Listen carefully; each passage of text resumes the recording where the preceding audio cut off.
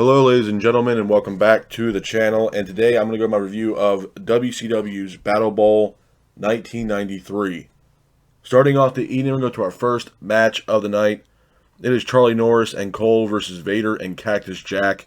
I thought this was an okay match to start Battle Bowl 93. Back and forth matchup between both teams with Vader attacking Cole ringside. Vader and Jack were keeping the pace of the match with Cactus Jack hitting a senton off the apron to the outside. Cactus Jack then hits a double arm DDT on Cole in the middle of the ring, and then Vader ultimately hits his signature Vader bomb, pins for the 3, and your winners of the match are Vader and Cactus Jack. Hats off to Vader and Cactus Jack for getting the win in this matchup. Moving on from that, we go into our next match of the night. It is Paul Roma and Eric Watts versus Johnny B. Bad and Brian Knobbs. I thought this was an okay matchup as well. Back and forth matchup between both teams with Johnny B. Bad and Brian Knobbs keeping the pace of the match. Paul Roma hits a power slam on Johnny B. Bad in the middle of the ring, with Roma hitting an enziguri on Brian Knobbs. Knobbs then hits a roll-up, pins for the 3, and your winners of the match are Johnny B. Bad and Brian Knobbs. Hats off to Johnny B. Bad and Brian Knobbs for getting the win in this matchup. Moving on from that, we go into our next match of the night. It is Steven Regal and Ricky the Dragon Steamboat versus Paul Orndorff and the Shockmaster. I thought this was a good matchup. Back and forth matchup between both teams with Ricky the Dragon Steamboat and Steven Regal keeping the pace of the match. Regal then grabs the umbrella. Ricky then stops Regal from using the umbrella, but Regal ends up attacking Ricky the Dragon Steamboat. Ricky then hits Regal with the umbrella.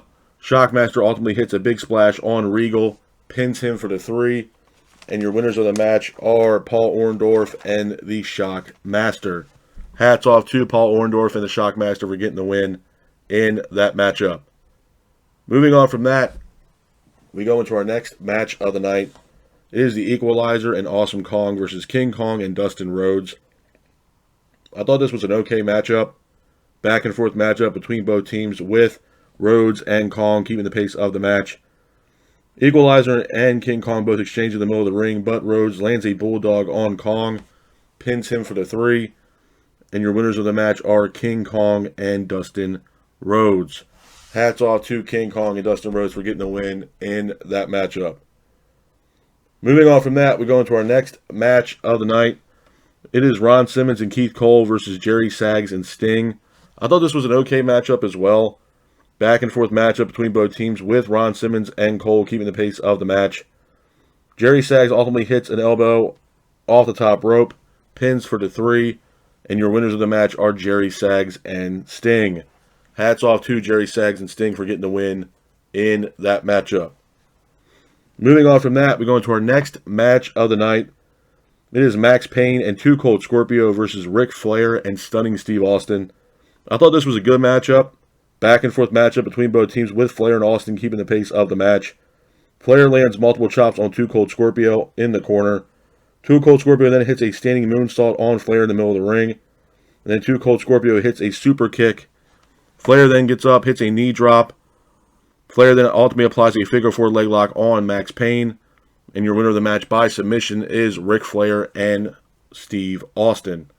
Hats off to Ric Flair and Steve Austin for getting the win in that matchup. Moving on from that, we go into our next match of the night. It is Tex Salinger and Marcus Bagwell versus Rick Rude and Shanghai Pierce. I thought this was an okay matchup as well. Back and forth matchup between both teams with Rude and Pierce keeping the pace of the match. Rude ultimately hits his signature Rude Awakening on Tex, pins him for the 3, and your winner of the match, or winners of the match, are Rick Rude and Shanghai Pierce. Hats off to Rick Rude and Shanghai Pierce for getting the win in this matchup. Moving on from that, we go into our next match of the night. It is Rip Rogers and Hawk versus British Bulldog and Cole from Harlem Heat. I thought this was a good matchup. Back and forth matchup between both teams with the British Bulldog keeping the pace of the match. Hawk ultimately hits a press slam on Rogers, sends him into Cole. Rogers then goes for the cover, pins for the 3, and your winners of the match are Rip Rogers and Hawk. Hats off to Rip Rogers and Hawk for getting the win in that matchup. Moving on from that, we go into our main event of WCW's Battle Bowl 1993. It is the actual Battle Bowl match. The match itself was a good matchup. Back and forth matchup with everybody involved in the match, with Vader and Sting being the last two competitors in this match. But Vader ultimately wins this match by eliminating Sting over the top rope. Couple things I'm going to say about Battle Bowl 1993 before I get out of here, man. Number one, I'm not even going to sit here and say this was a decent event. I thought this event was trash. I really did, man. I mean, from top to bottom, the two best tag team. Now, the way the Battle Bowl works, if you don't understand, the way it works is that, at least during this event, you had Mean Gene Okerlund on commentary, or not on commentary, but he was on the microphone, if you will, and helping with the broadcast with Tony Schiavone and Jesse the Body Ventura. Throughout the duration of the night, you have Mean Gene with Fifi on the microphone, and basically what they're doing is that you have one person spinning this, lottery thing, if you will, with a bunch of names in it, and basically they call four names. It's tag team matchups throughout the entire night, and whichever tag team wins moves on to the main event in Battle Bowl, which is a 16-man battle royal. Whoever wins that gets the Battle Bowl ring, so on and so forth. So, with that being said, there was way too many tag team matches on this card. Extremely way too many. And not only that, the main event, the main event was good. It's basically what Battle Bowl pay-per-view was the Battle Bowl match. But honestly, the two best tag team matches on this card, in my honest opinion, were Steven Regal teaming up with Ricky the Dragon Steamboat against Orndorff and the Shockmaster, believe it or not. And the other best tag team match on here was Ric Flair and Austin versus Too Cold Scorpio and Max Payne. Those were the two best tag team matches on this card. And like I do with every single pay-per-view, I always give these pay-per-views a rating from 1 out of 10. Man, I'm going to give this one a solid 3, maybe 3.5 at best. And that's being very generous. I thought this pay-per-view was trash. I really did. And I'm not big on the concept matches or, like Battle Bowl or anything like that. I'm not really a big fan personally of those kind of matches. Now, War Games is a whole different story. Battle Bowl is just basically like a Royal Rumble, in my honest opinion. Now, credit, throughout the entire night, like I stated earlier, they're, drawing names out of this like lottery machine kind of deal throughout the night to form tag teams that are not usually tagging up together. And the winners of those tag team matches will move on to the main event in Battle Bowl. Okay, but the tag teams were just awful, man. The first match, you had Vader and Cactus Jack, which was awesome to see, Vader and Cactus Jack team up and be on the same team when Cactus Jack and Vader are probably one of the best rivalries of all WCW. But on the flip coin of that is they're going up against Charlie Norris and Cole from Harlem Heat. I'm not a big fan of it, man. I'm not a big fan of the Battle Bowl concept. I just thought the whole concept was trash.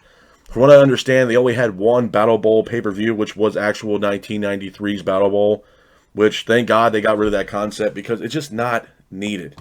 It's just not. Like I said, I usually give these, pay-per-views a rating from 1 out of 10.